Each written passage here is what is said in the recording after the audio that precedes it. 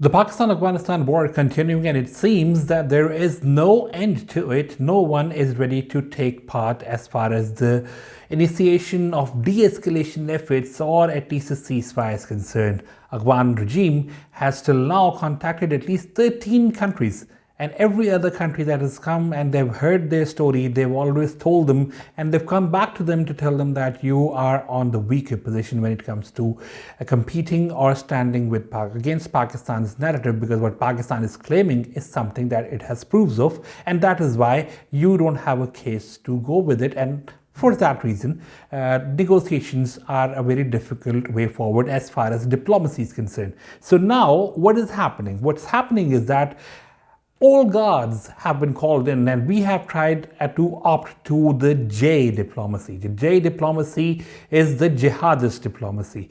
In this jihadist diplomacy, which has been tested in the past and has not achieved any result whatsoever, all guards have been called in.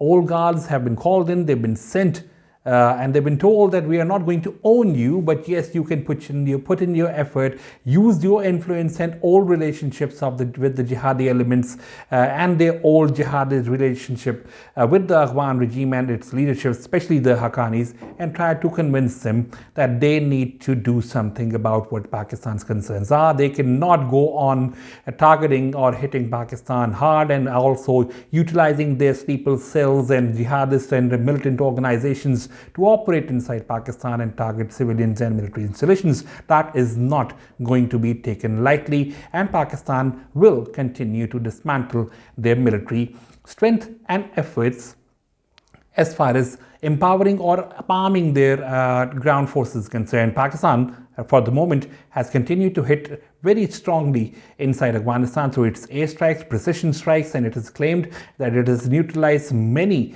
of the military bases in Afghanistan, which basically is a very serious and negative impact on Afghanistan's strength, because what it has is the ground forces. It continues to engage Pakistan on the borders, but it needs firepower, and that firepower is now shrinking at a very fast pace. So they are looking elsewhere to countries to come to their rescue. Now, coming back to the old and tested jihadist diplomacy, what Pakistan has recently done is that there is a delegation that is in Kabul, all guards, as I said, comprising of at least 4 people who have been called in from major cities like Karachi, Kashmir, and other cities, and they've been called in and they've been sent, flown into Kabul to use their influence and try to convince Taliban regime to come to table talks on terms that would make more sense as far as Pakistan's concerns are concerned.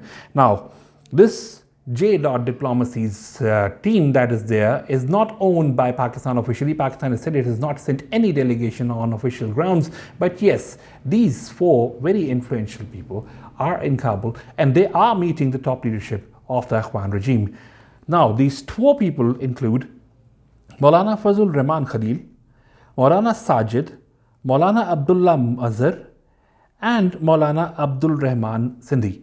Now, out of these 4 people, 3, Maulana Fazul Rahman Khalil, who is the chief of Harkatul Mujahideen, Maulana Sajid, he hails from Karachi, and Maulana Abdullah Mazhar, he also hails from Karachi in Pakistan.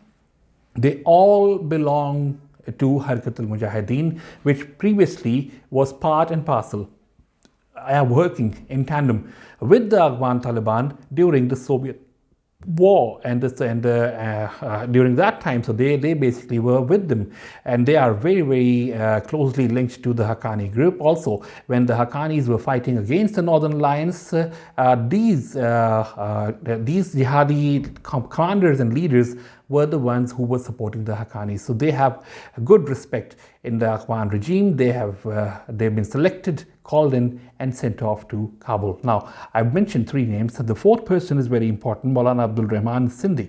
He is a person who has very high regards and very highly respected in the Haqqani family because he was very close to their brother who was later down the years, he was killed in an operation in Islamabad suburb area, but he has very close links again due to the old jihadist background that they have and due to their support in the past during the Soviet war. So that is something that is now being considered, and they have been sent. However, they are not being owned, but yet they have been sent to use their influence. Now, is there anything coming out of this whole drill? My take on this is that, we have opted and tried these jihadist diplomacies in the past, and the best result that they have yielded till now is a temporary ceasefire.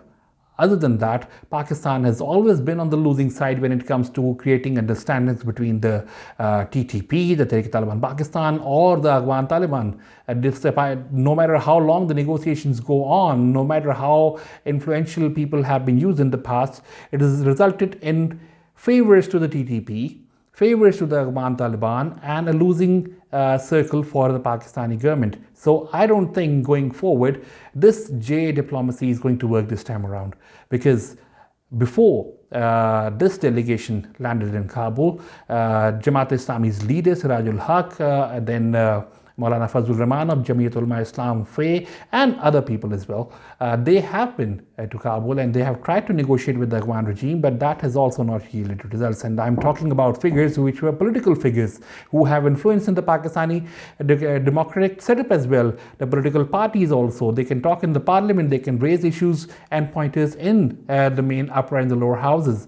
So even they could not make things happen. So I don't think this delegation is going to make much of a difference. However, this old guard policy, this old guard coming back in, is an option that has been taken every time when diplomacy has failed. When Afghan regime failed to convince 13 countries to talk on their behalf to Pakistan and bring Pakistan to the table talks, saying that they are not going to disown the Tehrik-e-Taliban Pakistan, despite the fact that right close to Kabul, a cemetery has been found which basically comprises or has been named against militants and commanders of the Tehrik-e-Taliban Pakistan. It is a fact now that on directions and advices of India, Afghan regime moved senior leaders of the Tehrik-e-Taliban Pakistan and Hafizul Bahadur group, Noor Wali Masood, all of them, they were moved and they are currently present in Kabul in the green zone area. The green zone area being the area where foreign embassies are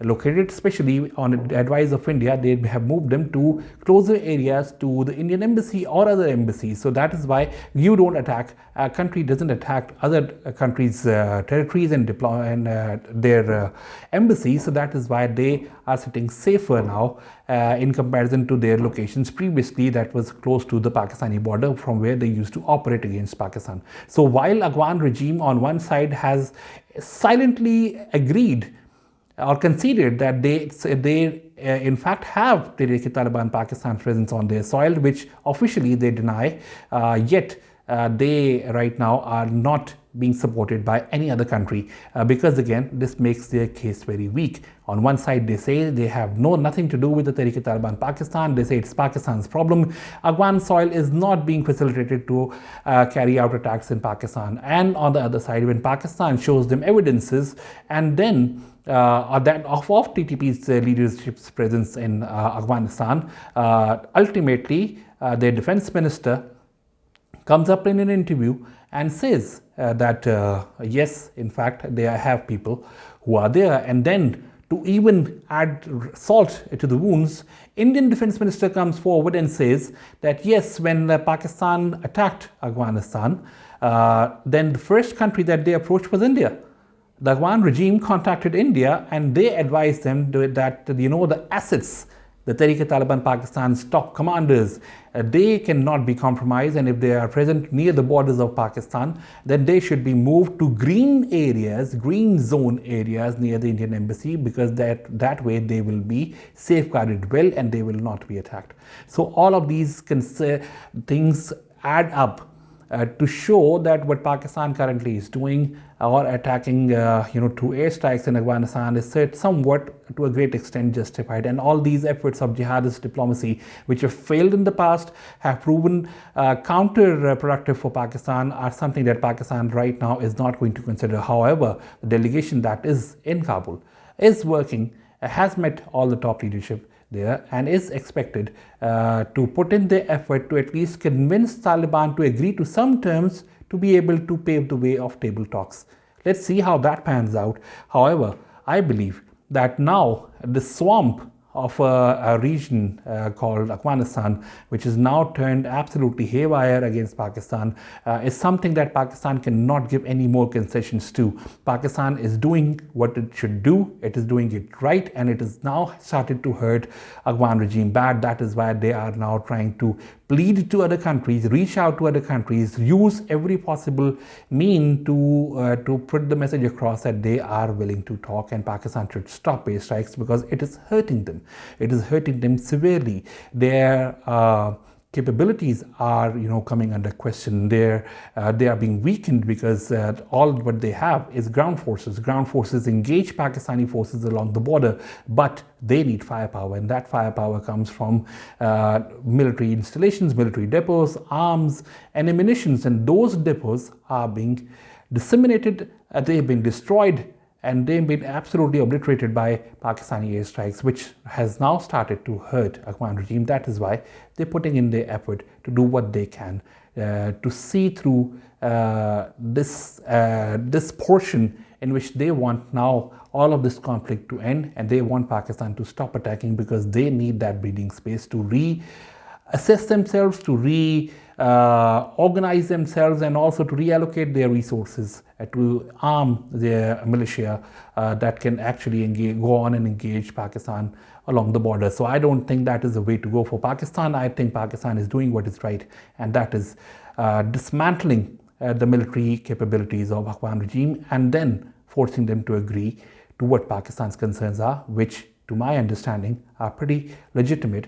And now after their own agreements and various statements that they indeed have Pakistan's Taliban's presence on their soil, they see them as assets. They see them as assets not only for themselves but also in relation, in reference to India as well. That these concerns are something that Pakistan has been raising, and then I don't think that Pakistan should stop now. Take it forward, and let's see down the weeks or at least in the month how weakened Afghan regime is to be able to come to talking terms and be sensible enough to understand and listen to what Pakistan has to say.